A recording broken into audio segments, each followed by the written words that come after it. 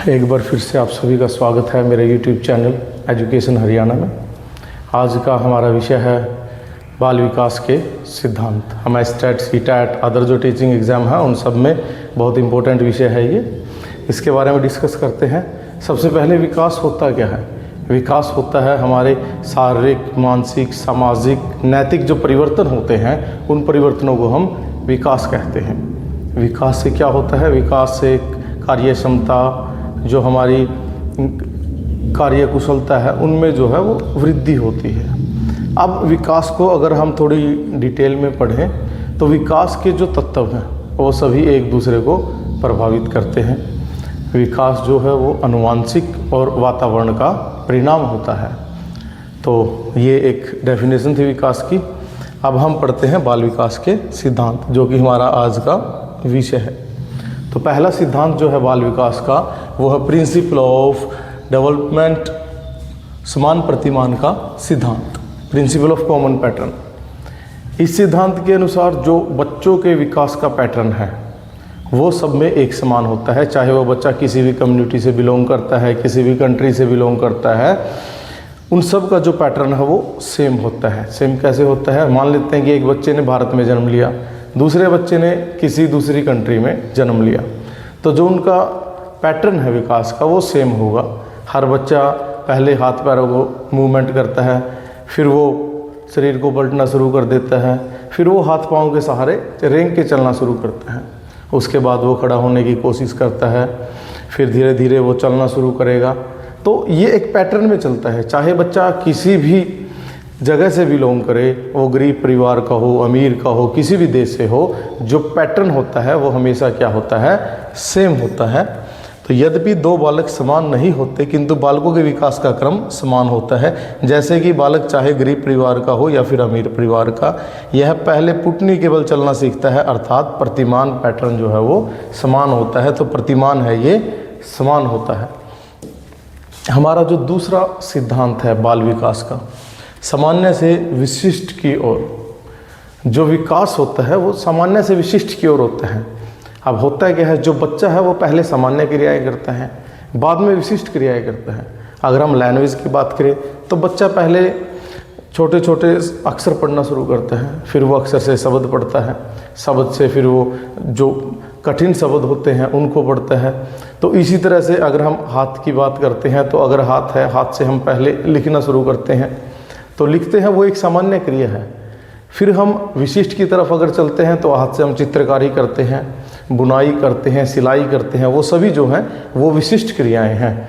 तो ऐसा कभी नहीं हो सकता कि एक बच्चा अभी लिखना भी नहीं सीख रहा है, उसने कभी कलम नहीं उठाई और वो सीधा चित्रकारी करना शुरू कर दे, क्योंकि पहले वो पेन पकड़ना सीखेगा, उसके बाद वो धीरे धीरे आगे बढ़ता चला जाएगा। बालक सबसे पहले सामान्य शब्द बोलता है, फिर विशिष्ट शब्द बोलता है, और उंगलियों का संचालन भी शुरू में सामान्य और बाद में विशिष्ट रूप धारण करता है, जैसे कि अक्षर लिखना, चित्रकारी, सिलाई, कढ़ाई। सतत विकास का सिद्धांत मोस्ट इम्पोर्टेंट है। जो विकास है वो गर्भ से शुरू होता है और अंतिम सांस तक चलता रहता है। जो विकास का जो क्रम है, जो विकास होना शुरू होता है, जैसे ही बच्चा माँ के गर्भ में पलना शुरू होता है तो वो विकास करना शुरू कर देता है और अंतिम सांस तक उसका विकास चलता रहता है। विकास कभी भी रुकता नहीं है।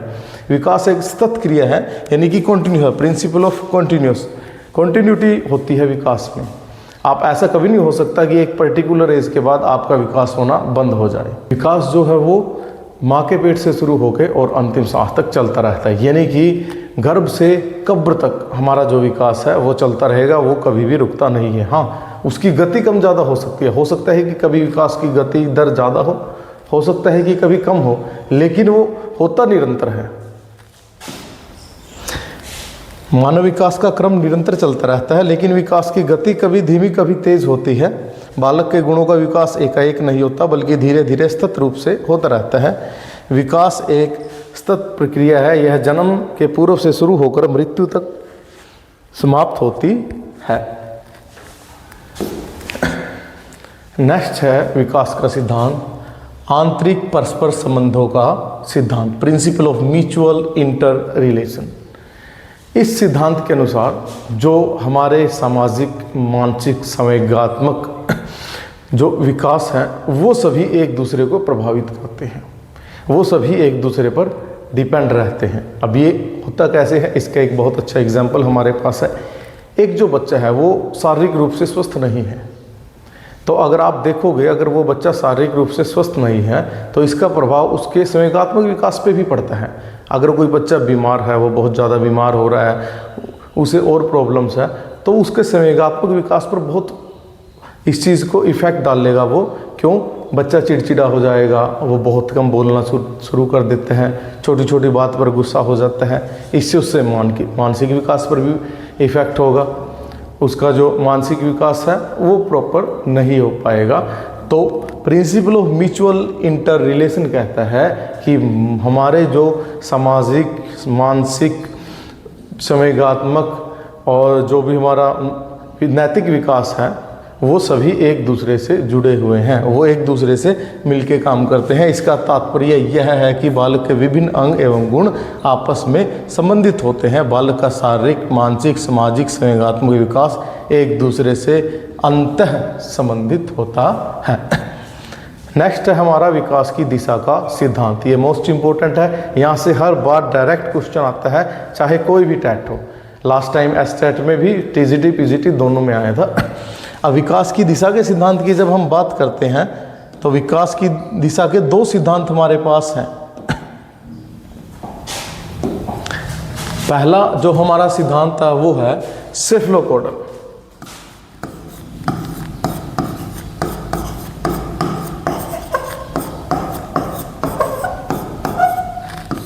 सेफलोपोडल जो विकास का सिद्धांत है, इस सिद्धांत के अनुसार जो विकास है उसका क्रम है ऊपर से नीचे। वो कहता है कि सबसे पहले हमारे शरीर में हमारे सर का विकास होता है, उसके बाद मध्य भाग का विकास होता है और अंत में हमारे पाँव का विकास होता है। तो ये कहता है जो विकास की दिशा है वो है ऊपर से नीचे। और इसी तरह से जो हमारा दूसरा विकास का सिद्धांत है वो है प्रोक्सीमेडिस्टम।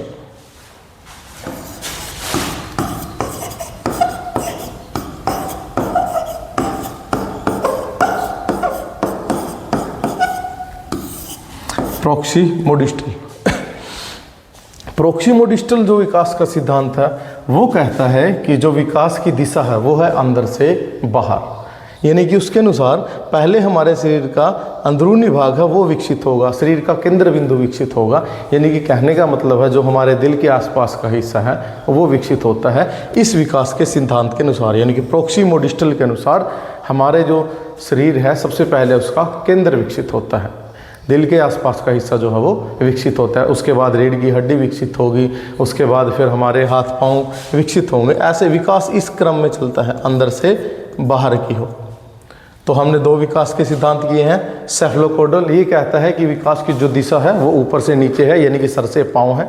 दूसरा हमारे पास प्रोक्सीमोडिस्टल हमारे पास बोलता है जो विकास की दिशा है वो हमारे पास है अंदर से बाहर, यानी कि केंद्र से बाहर की तरफ।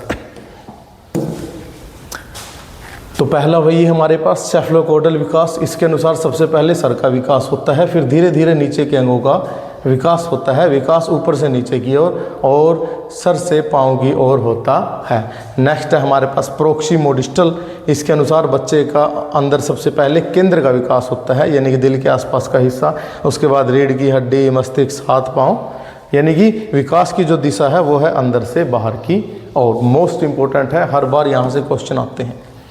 नेक्स्ट है विकास की गति। ये हमने पहले भी डिस्कस किया था। अभी जो विकास की गति है वो बदलती रहती है, कभी वो तीव्र गति से विकास करता है शरीर, कभी कम गति से करता है, लेकिन विकास सतत क्रिया है, वो चलता है गर्भ से लेके मृत्यु तक, अंतिम सांस तक विकास चलता है। बल लेकिन जो उसकी गति है वो वैरी करती रहती है, कभी कम होती है तो कभी ज़्यादा होती है।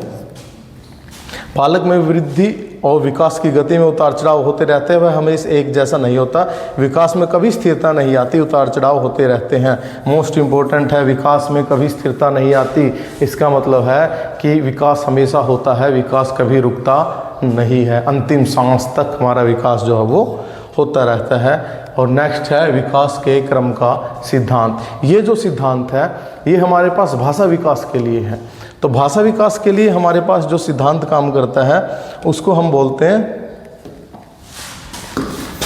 LSRW, यानी कि सबसे पहले भाषा में जो विकास होता है लिसनिंग, हम उसको सुनते हैं, स्पीकिंग फिर हम बोलते हैं, रीडिंग फिर हम उसको पढ़ना शुरू करते हैं और अंत में हम उसको लिखते हैं। LSRW ये भाषा विकास का जो है सिद्धांत है। इस सिद्धांत के अनुसार गामक एवं भाषा विकास एक निश्चित क्रम में होता है। वह क्रम निम्नलिखित है: लिसनिंग, स्पीकिंग, रीडिंग और राइटिंग, यानी कि सुनना, बोलना, पढ़ना और लिखना। नेक्स्ट है थ्योरी ऑफ इंटीग्रेशन, यानी कि एकीकरण का सिद्धांत। ये भी मोस्ट इम्पोर्टेंट है, बहुत बार डायरेक्ट पूछ लिया जाता है।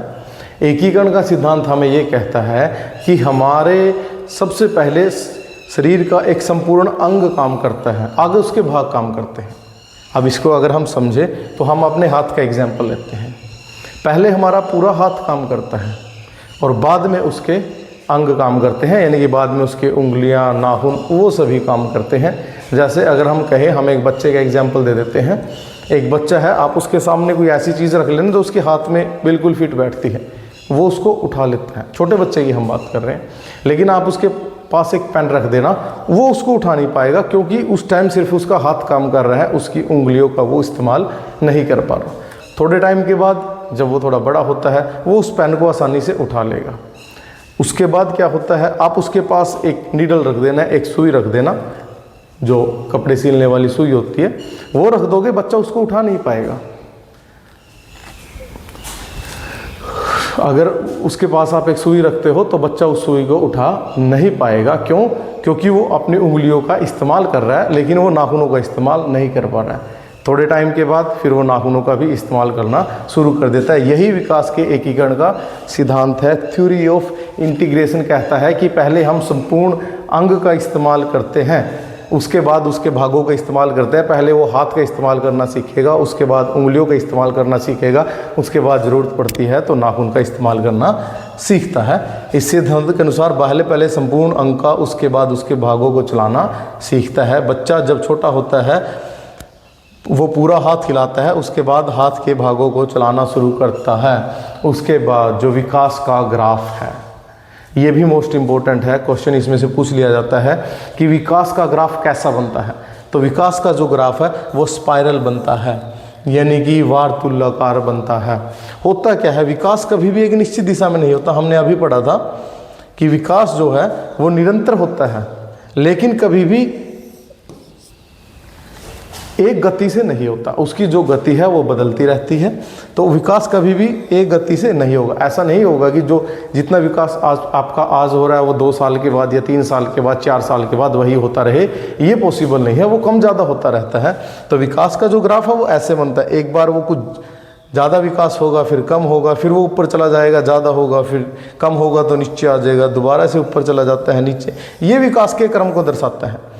अगर वो ज़्यादा विकास हो रहा है तो ग्राफ ऊपर चला जाएगा, अगर कम हो रहा है तो ग्राफ नीचे आ जाएगा, और ये हमारे पास होता है स्पाइरल। तो विकास का जो क्रम है उसका जो ग्राफ बनता है वो स्पाइरल बनता है। उसको हम बोलते हैं वार्तालुकार। यही है, विकास जीवन में कभी भी एक समान नहीं होता है, कभी कम होता है, कभी ज़्यादा होता है, लेकिन पूरा जीवन चलता रहता है। विकास कभी भी रुकता नहीं है, उसकी दर कम ज़्यादा होती रहती है और वो पूरे जीवन चलता रहता है। और सबसे लास्ट मोस्ट इम्पोर्टेंट, ये आपके पास डायरेक्ट भी बहुत बार ये लिखा मिलता है।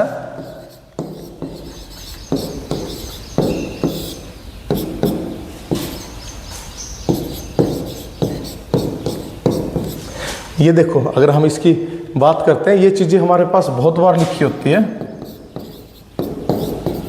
विकास जो होता है वो आनुवांशिकता और पर्यावरण का, विकास हमारे पास आनुवांशिकता और पर्यावरण का गुणनफल है। यानी कि विकास में जो सबसे ज़्यादा रोल प्ले करते हैं, मोस्ट इम्पोर्टेंट फैक्टर जो आपके विकास में है वो है हमारे पास वंशानुक्रम और पर्यावरण, यानी कि आपकी आनुवांशिकता और आपका पर्यावरण। आप किस पर्यावरण में रह रहे हो, आपके आसपास का माहौल कैसा है, आपका जो पर्यावरण है वो सबसे इम्पोर्टेंट फैक्टर प्ले करता है। और साथ में आनुवांशिकता, बहुत बार हम देखते हैं कि पेरेंट्स में कुछ कमियां होती हैं, कुछ शारीरिक कमियां होती हैं, कुछ मानसिक कमियां होती हैं, वो कमियां बच्चों में पाई जाती है। तो ये आनुवांशिकता की वजह से होता है, वंशानुक्रम की वजह से ये चीज़ें होती हैं। और आपका जो पर्यावरण है, जो आपका वातावरण है, वो भी आपके विकास में बहुत इंपॉर्टेंट रोल प्ले करता है। तो विकास, ये डायरेक्ट क्वेश्चन पूछा जाता है, विकास इक्वल होता है आनुवांशिकता मल्टीप्लाई पर्यावरण, यानी कि आनुवांशिकता और पर्यावरण का गुणनफल जो होता है वो विकास होता है। विकास में सबसे इम्पोर्टेंट फैक्टर हमारे पास होते हैं आनुवांशिकता और पर्यावरण। विकास आनुवांशिकता और पर्यावरण का एक संयुक्त उत्पाद है। अधिकांश मनोवैज्ञानिक इस बात से सहमत है कि इन दोनों कारकों की परस्पर क्रिया विकास की ओर ले जाती है। Thank you. जो भी स्टूडेंट्स तैयारी कर रहे हैं सीटेट, एसटेट की और अदर टीचिंग एग्ज़ाम की, तो आपके लिए मैथ्स की वीडियो भी इसी यूट्यूब चैनल पर अवेलेबल है। वो बहुत जल्द अपलोड कर दी जाएंगी या फिर कुछ अपलोड कर दी गई है, तो आप वो देख सकते हैं। Thank you, have a nice day.